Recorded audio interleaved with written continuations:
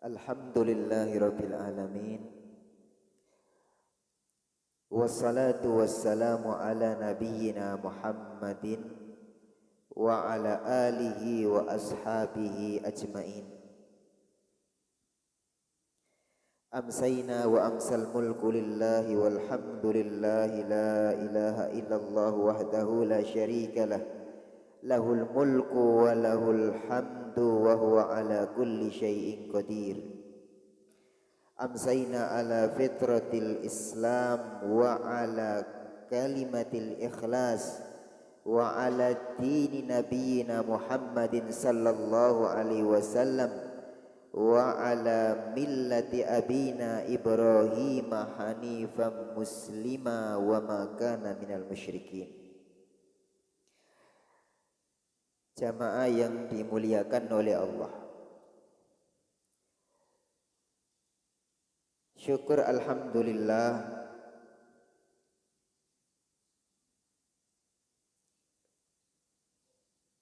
atas karunia dari Allah Subhanahu wa taala,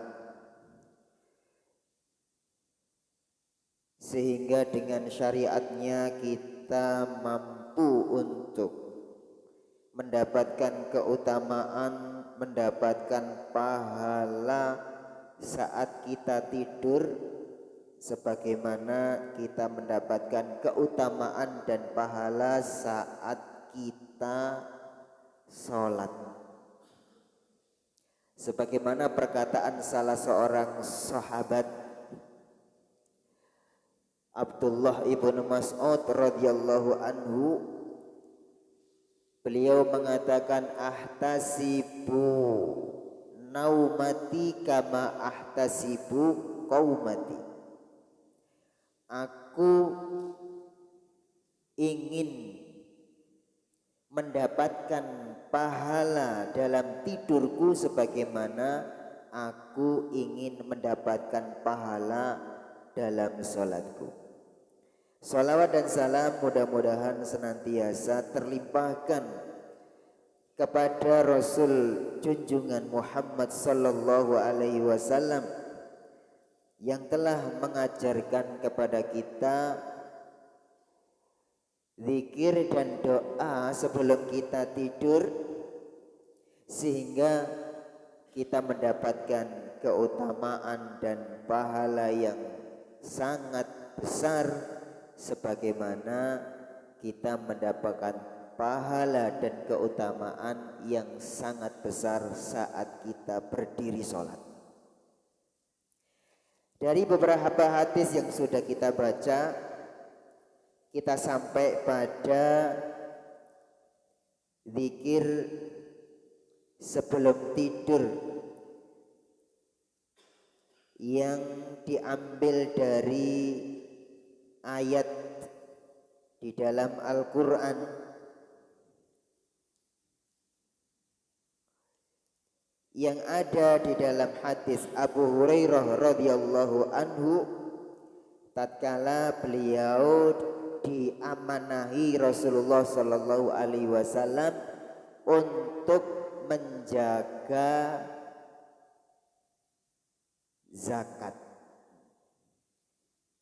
Ini di pertemuan yang lalu sudah kita baca sebagian.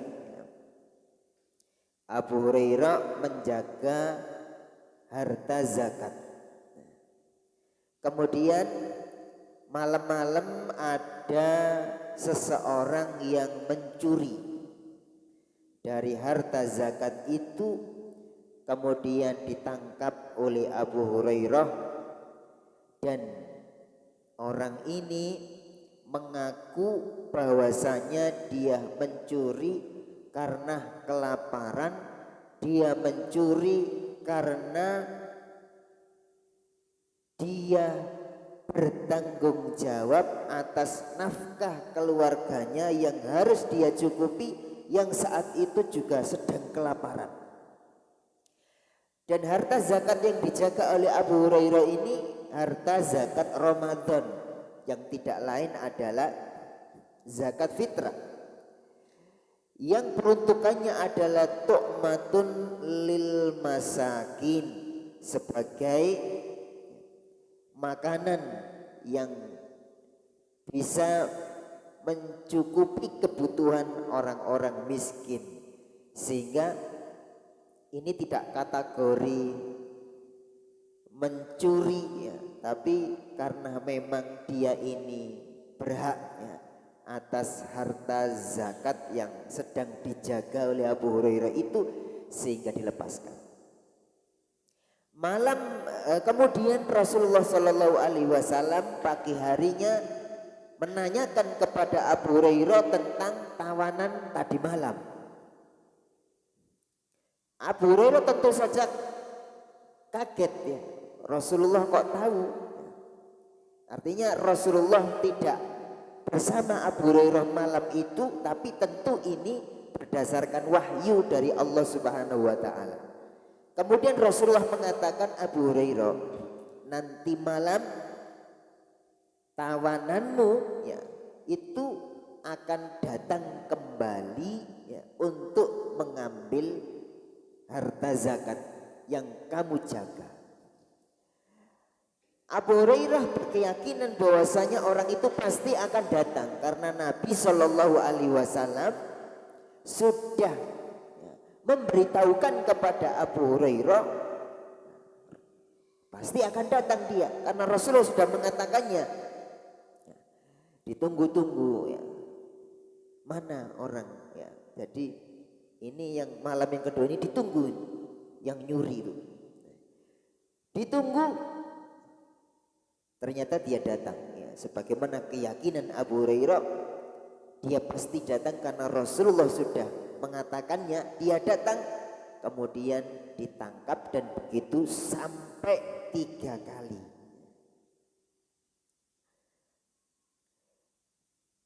Di peristiwa yang ketiga kalinya,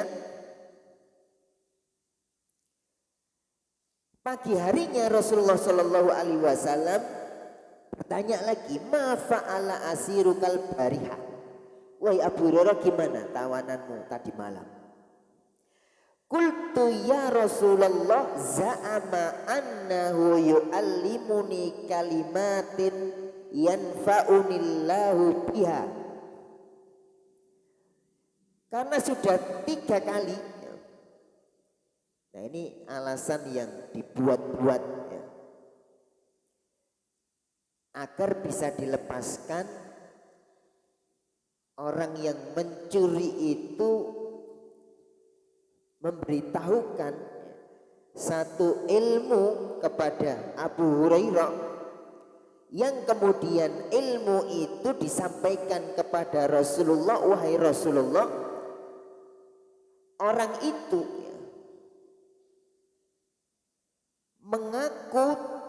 mengaku mengajari aku kalimat-kalimat yang dengan kalimat itu Allah Subhanahu wa taala memberikan manfaat kepadaku. Fakhallaitu sabilahu, akhirnya terus aku lepaskan dia. Qala mahia, apa itu kalimat yang diajarkan kepadamu wahai Abu Hurairah? Qultu qala li idza awaita ila firashika. Dia ya Rasulullah mengajarkan kepadaku, apabila kamu hendak berbaring di tempat tidurmu, faqra ayatal kursi min awwaliha hatta tahtimal ayat. Engkau hendaknya membaca ayat kursi dari awalnya hingga akhirnya. Allahu la ilaha illa huwal hayyul qayyum, sampai terakhir lan yazala alaika minallahi hafidun wala yakrabaka syaitonun hatta tusbih. Kalau engkau membaca ayat kursi dari awal sampai akhir itu, wahai Abu Hurairah, maka engkau mendapatkan penjagaan dari Allah dan setan-setan tidak akan mendekatimu sampai subuh.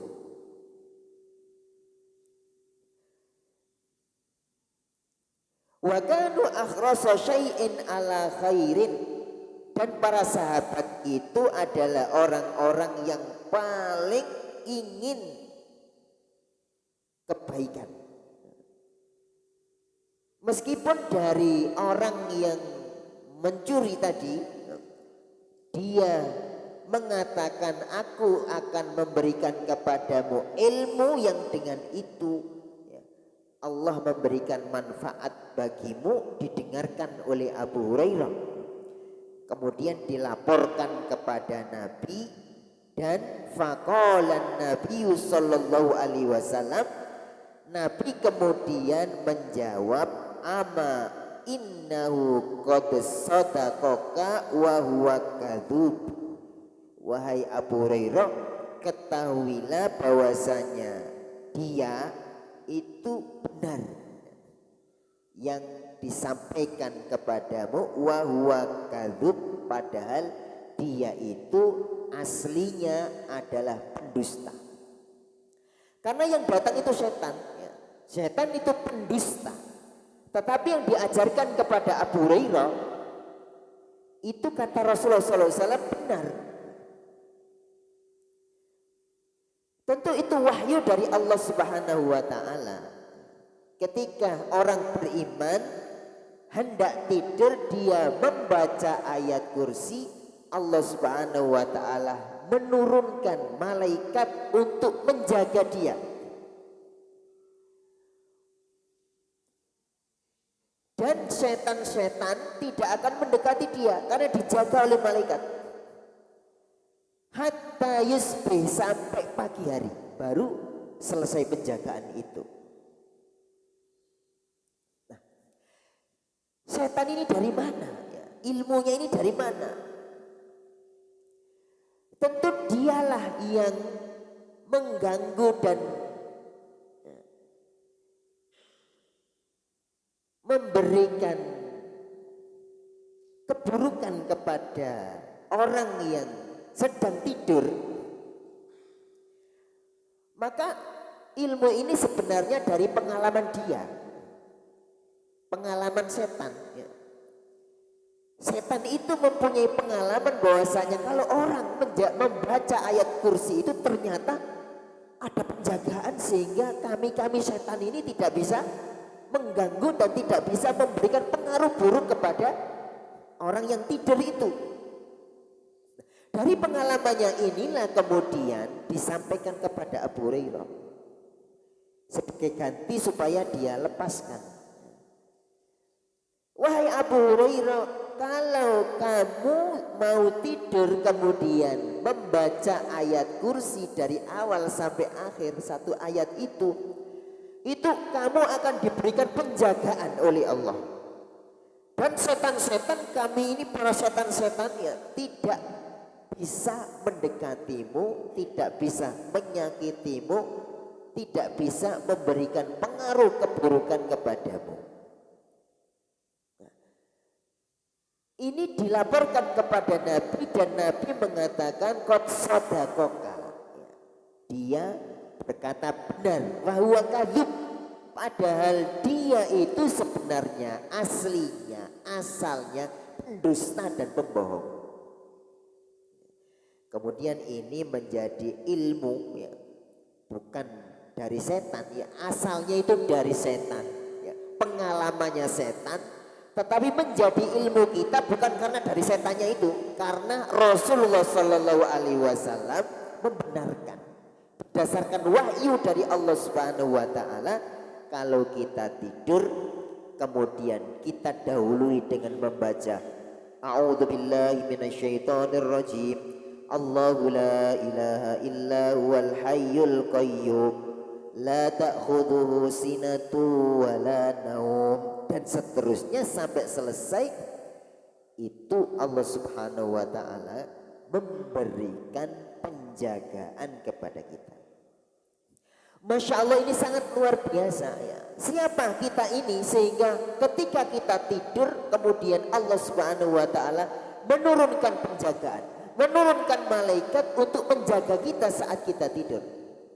Bahkan para ulama ketika menjelaskan hadis ini, penjagaan yang diturunkan oleh Allah, yang diberikan oleh Allah itu tidak hanya penjagaan dari kejahatan setan, dari golongan jin, tapi juga penjagaan dari setan golongan manusia. Jadi penjagaannya dari kejahatan setan jin dan juga setan dari bangsa manusia. Jamaah yang dimuliakan oleh Allah, ayat ini adalah ayat yang paling agung yang ada di dalam Al-Quran. Yang kalau dibaca sebelum tidur ada penjagaan. Yang kalau dibaca setiap kali sesudah sholat fardu, Allah Subhanahu wa taala menjamin orang itu kalau meninggal dunia masuk surga.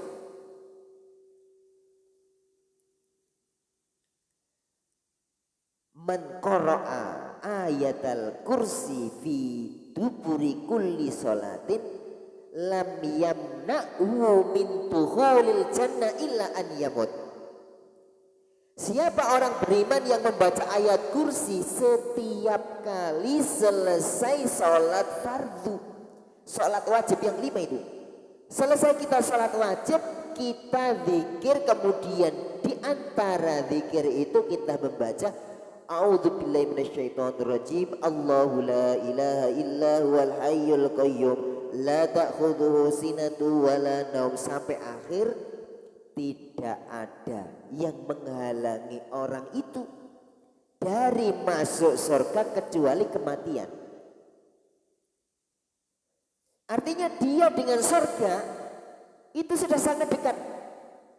Kalau setiap selesai salat fardu baca ayat kursi 5 kali itu sehari, istiqomah membaca ayat kursi setiap selesai salat fardu, dia dan surga itu sangat dekat. Pembatasnya itu hanya kematian saja, hanya nunggu mati. Kalau sudah mati, nah ini janji Allah, arahnya ke surga. Kalau dibaca sesudah salat fardu, fadilahnya seperti sebesar itu, semulia itu.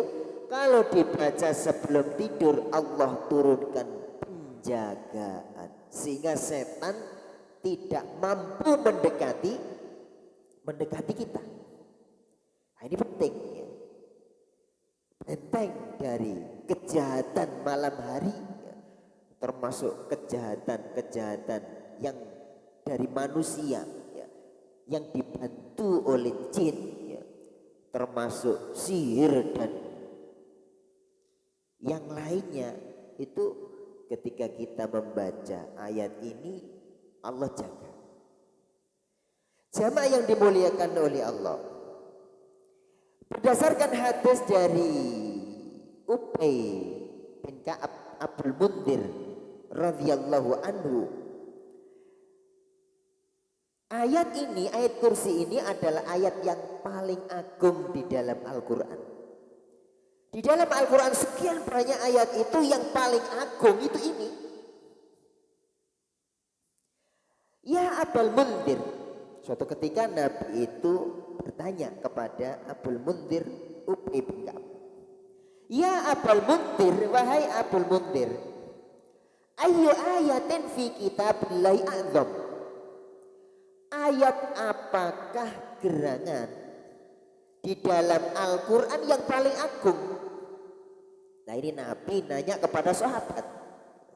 Bukan Nabi tidak tahu ya, tapi Nabi ingin tahu ilmu sahabat Ubay Abul Mundir ini. Ayu ayatin fi kitabillah, wahai Abul Mundir, ayat apakah di dalam kitabullah, di dalam Al-Quran a'dzam, yang paling agung? Tentu sebagai adab ya, santrinya Nabi Shallallahu Alaihi Wasallam ya, meskipun sebenarnya tahu, tapi bagian dari adab Abul Munzir mengatakan Allahu wa rasuluhu a'lam. Ya Rasulullah, Allah dan Rasulnya yang lebih tahu. Kemudian Nabi bertanya lagi, ya Abul Munzir, ayyu ayatin fi kitabillahi a'zam.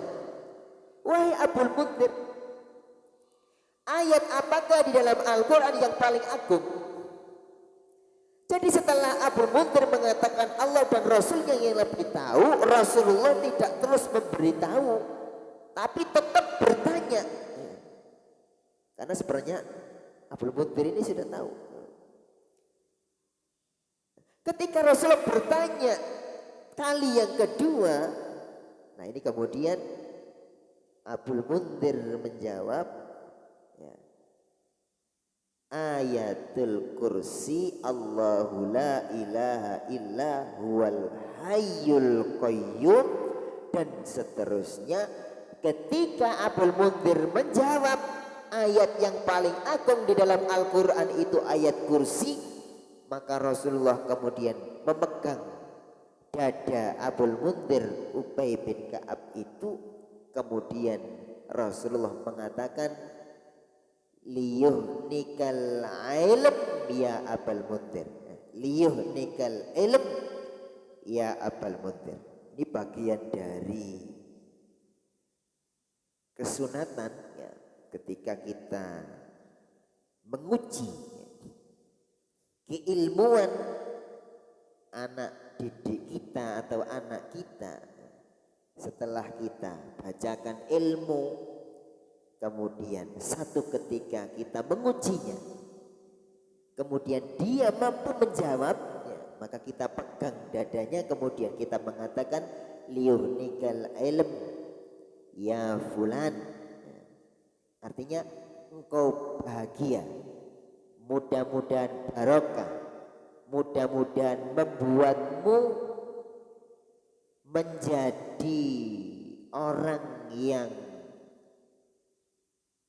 diberkahi, dirahmati oleh Allah Subhanahu wa taala, dibahagiakan hidupmu, dimudahkan urusanmu oleh sebab ilmu yang sudah engkau peroleh. Liyuhnikal ilm ya fulan, ya, ini anaknya jenenge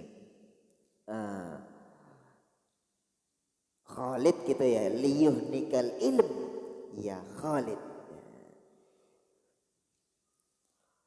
Jamaah yang dimuliakan oleh Allah, ayat kursi ini Allahu la ilaha illa huwal hayyul qayyum.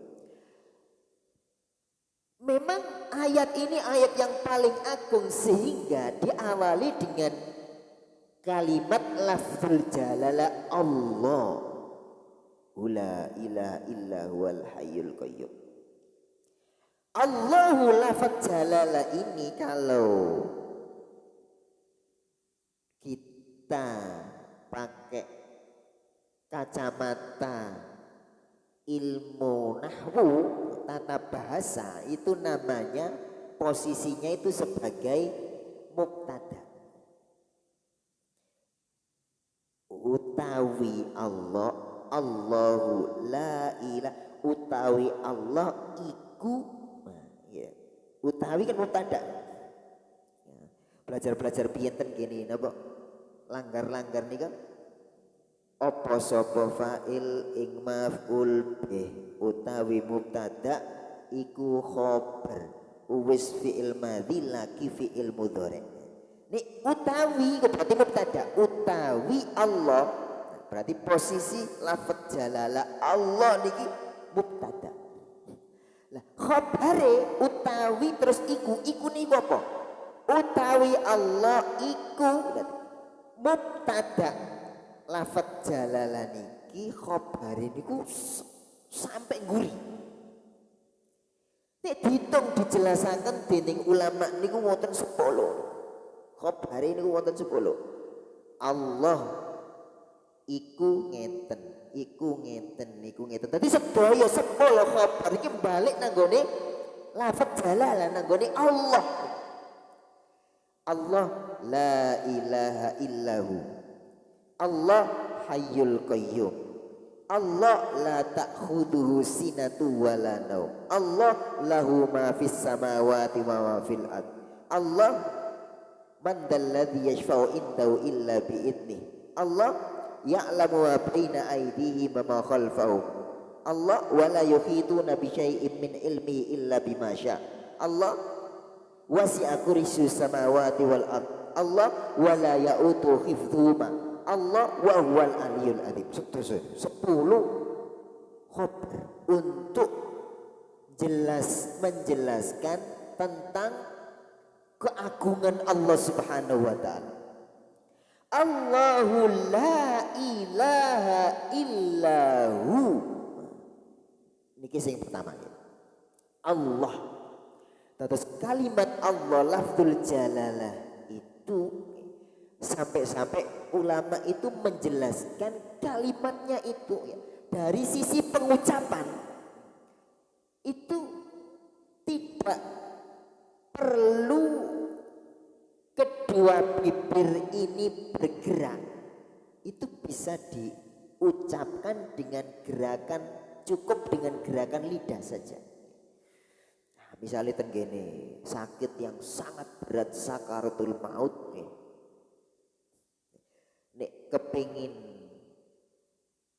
ngucapaken kalimat Allah terus saking berarti wis gak iso gerakno kedua bibir, itu kita bisa menggerakkan hanya dengan lisan kita, dengan lidah.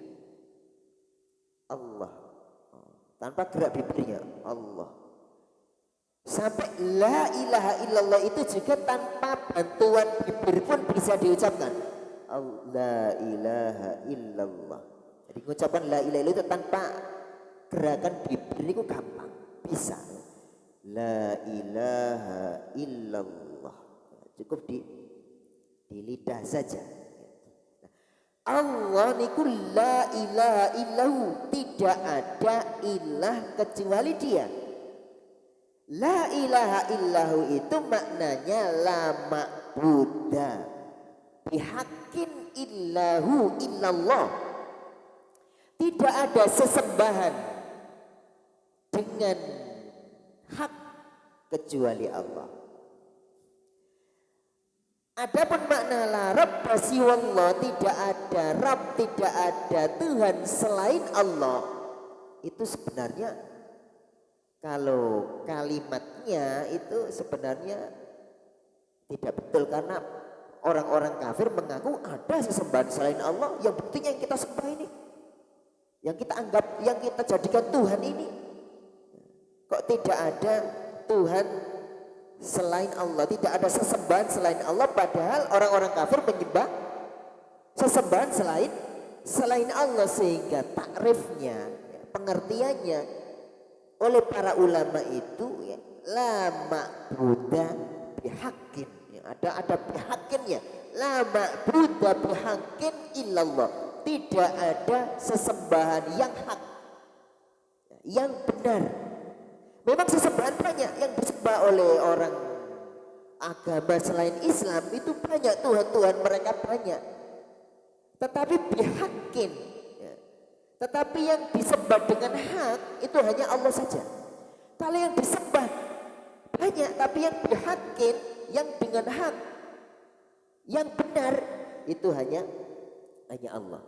Allahu la ilaha illa huwal hayyul qayyum.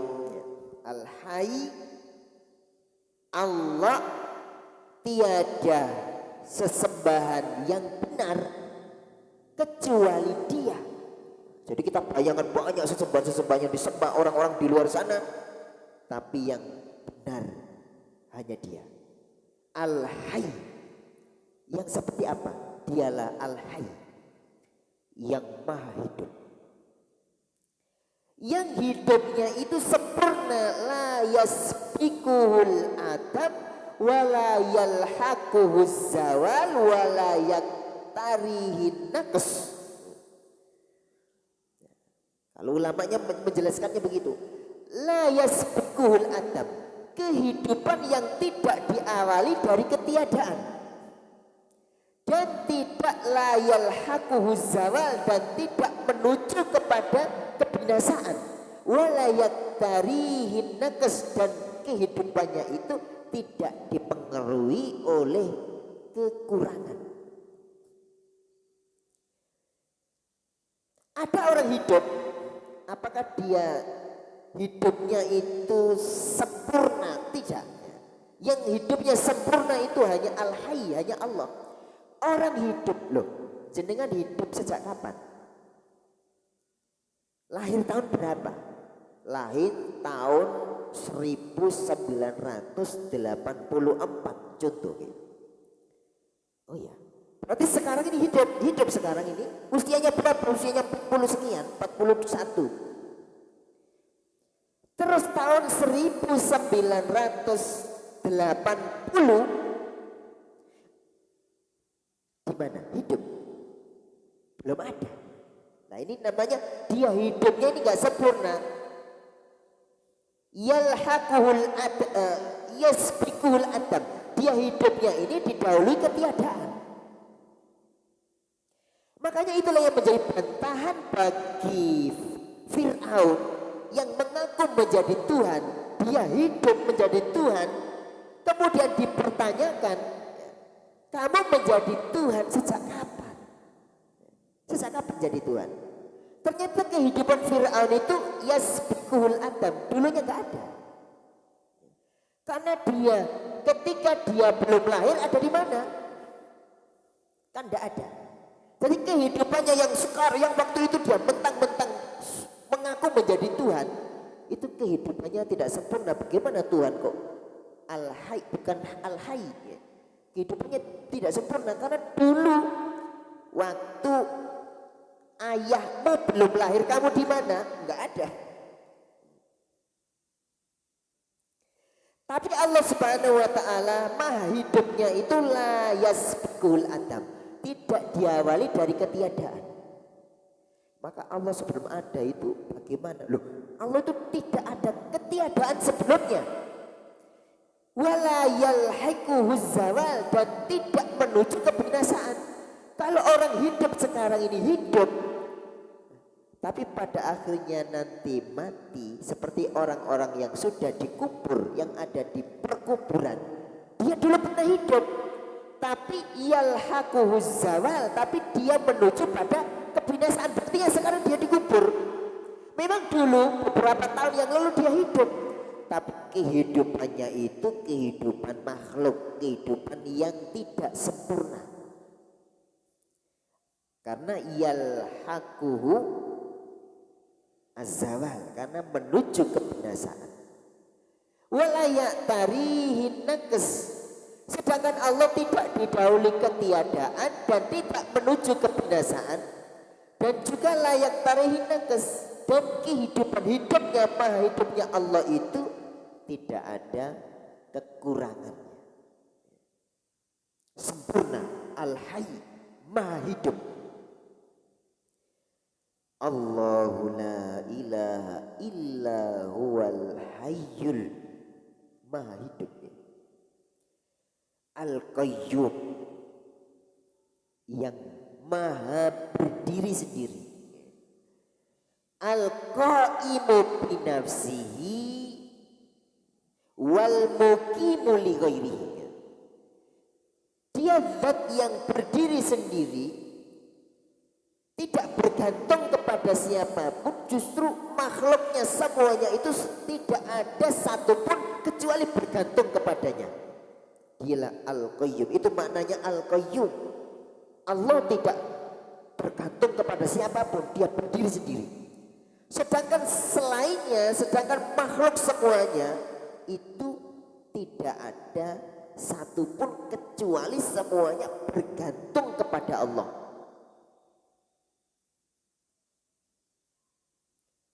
Itu makna qayyum. Al hayyul qayyum la ta'khudhuhu sinatu wala naum. Allah, khabar yang ketiga, la ta'khudhuhu sinatu wala naum. Dialah Allah yang tidak sinah. Sinah itu ngantuk. Wala naum, dan juga tidak tidur. Tidak ngantuk dan tidak tidur. Sebenarnya secara logika sederhana cukup tidak ngantuk, tidak perlu disebutkan tidak tidur. Karena ngantuk saja tidak, apalagi tidur. Sebenarnya ini tidak cukup ya secara logika sederhana. Tapi ini menjadi penguat takkid. Dialah Allah yang tidak ngantuk dan tidak tidur. Tapi kalau kita pahami ini lebih dalam, ternyata sinah itu, ngantuk itu ada dua. Sinah itu ngantuk yang ada di otak. Kemudian nuas itu ngantuk juga, tapi ngantuk yang ada di mata. Benar, matanya ngantuk. Terus naum itu tidur, jiwanya tidur. Jadi bahkan Allah itu sinah saja tidak, apalagi nuas gitu. Ngantuk yang modelnya sangat-sangat halus itu aja tidak, apalagi ngantuk yang terlihat di mata tidak, apalagi tidur. Tapi perlu disebutkan dialah zat yang tidak ngantuk, karena kadang-kadang ada orang dia tidur tapi tidak ngantuk. Tidak ngantuk pikirannya, dia tidur tapi pikirannya tuh masih jalan gitu, agak jalan sebentar gitu. Jadi Allah Subhanahu wa taala itu la ta'khudhuhu sinatu wala naum, tidak ngantuk dan tidak tidur. Ini menafikan sifat kurang ya, sifat yang negatif ya. Bagi Allah tidak ngantuk, tidak tidur. Ini untuk menyempurnakan sifat al-hayyul qayyum yang maha hidup dan berdiri sendiri. Ini sifat isbat ya. Menisbatkan sifat kesempurnaan maha hidup dan maha berdiri sendiri, kemudian membuang sifat ya, nafi, sifat yang kurang ya, yaitu tidak tidur dan tidak ngantuk. Makanya terus Rasulullah mengajarkan doa ya hayyu ya qayyum ya, dari kalimat al hayyul qayyum. Ya hayyu ya qayyum birahmatika astaghith aslih li sya'ni kullah wala takilni ila nafsi tarfata'in. Ya hayyu ya qayyum, ternyata dua sifat nama dan sifat Allah ini itu ada di dalam hadis, bahwasanya di Quran itu ada 3 nama Allah yang Ismullahil A'zam, nama Allah yang paling agung itu ada 3, ada di Baqarah, ada di Ali Imran, dan ada di Thaha. Dan kemudian ulama menjelaskan yang dimaksud nama Allah Ismullahil A'zam itu Al-Hayyul Qayyum. Yang di dalam doa itu Nabi mengajarkan ya Hayyu ya Qayyum birahmatika astaghith. Wahai zat, nama Allah Al-Hayy Al-Qayyum kalau disebut itu idza da'a ajaba wa idza sa'ala u'tiya ya, kalau dipakai doa diijabah oleh Allah, kalau dipakai minta diberi oleh Allah. Ya Hayyu ya Qayyum, wahai zat yang maha hidup sempurna hidupnya, Al-Qayyum yang berdiri sendiri tidak bergantung kepada apapun dan yang lain selainmu bergantung semuanya kepadamu. Birahmatika astaghith, dengan rahmatmu aku mohon. Aslih li sya'ni kullah, perbaikilah diriku ini seluruhnya. Wala takilni ila nafsi tarfata'in, jangan serahkan kepadaku meskipun tarfata'in, meskipun sekejap mata. Minta kepada Allah dengan nama Al-Hayy Al-Qayyum supaya urusan kita semuanya diurusi oleh Allah. Jangan ya Allah kau serahkan kepada diriku meskipun sekejap mata. Ya. Inilah sifat Al-Hayy Al-Qayyum, la ta'khudhu sinatu wala naum, tidak pernah tidur bahkan tidak pernah ngantuk, karena Allah yang menjaga alam semesta ini. Kalau tidur ngantuk meskipun hanya sekejap mata, alam semesta ini bisa hancur dengan kecepatan yang luar biasa. Bintang-bintang yang tak terhitung di luar sana, di angkasa sana, itu yang menjaga Allah Subhanahu wa ta'ala. Kalau Allah ngantuk sedikit langsung bisa hancur alam semesta. Sehingga Allah Al-Hayy Al-Qayyum yang senantiasa menjaga makhluknya, dan kita berdoa kepada Allah agar kita senantiasa dijaga. Dan jangan limpahkan penjagaanmu ya Allah kepada diriku sendiri meskipun hanya sekejap. Ya Hayyu ya Qayyum birahmatika astaghith, aslih li sya'ni kullah wala takilni ila nafsi tarfata'in. Dan salah satunya sebelum tidur, Allahu la ilaha illa huwal. Kemudian setelah kita tadabburi tadi Al-Hayyu, sehingga kita bacanya itu mantap gitu. Al-Hayyul Qayyum la ta'khudhuhu sinatu wala naum. Ya Allah, Engkau zat yang tidak ngantuk, tidak tidur. Habis ini aku tidur ya Allah, Engkau jaga ya Allah. Engkau lah zat yang maha sempurna hidupnya, yang maha sempurna berdiri sendiri, tidak bergantung kepada siapapun apapun, bahkan seluruhnya tidak ada satupun kecuali bergantung kepadamu, termasuk aku ya Allah. Sebelum tidur ini bergantung kepadamu, ku serahkan kepada dirimu, jangan serahkan kepadaku urusanku meskipun hanya sekejap mata. Allahu la ilaha illa huwal hayyul qayyum la ta'khudhuhu sinatu wala naum. Jamaah yang dimuliakan oleh Allah, nampaknya sudah isya. Insya Allah kita akan melanjutkan untuk membahas apa yang belum selesai dari ayat kursi yang merupakan kesunatan dibaca sebelum kita tidur. Subhanakallah bihamdika asyhadu an la ilaha illa anta astaghfiruka wa atubu ilaik. Assalamualaikum warahmatullahi wabarakatuh.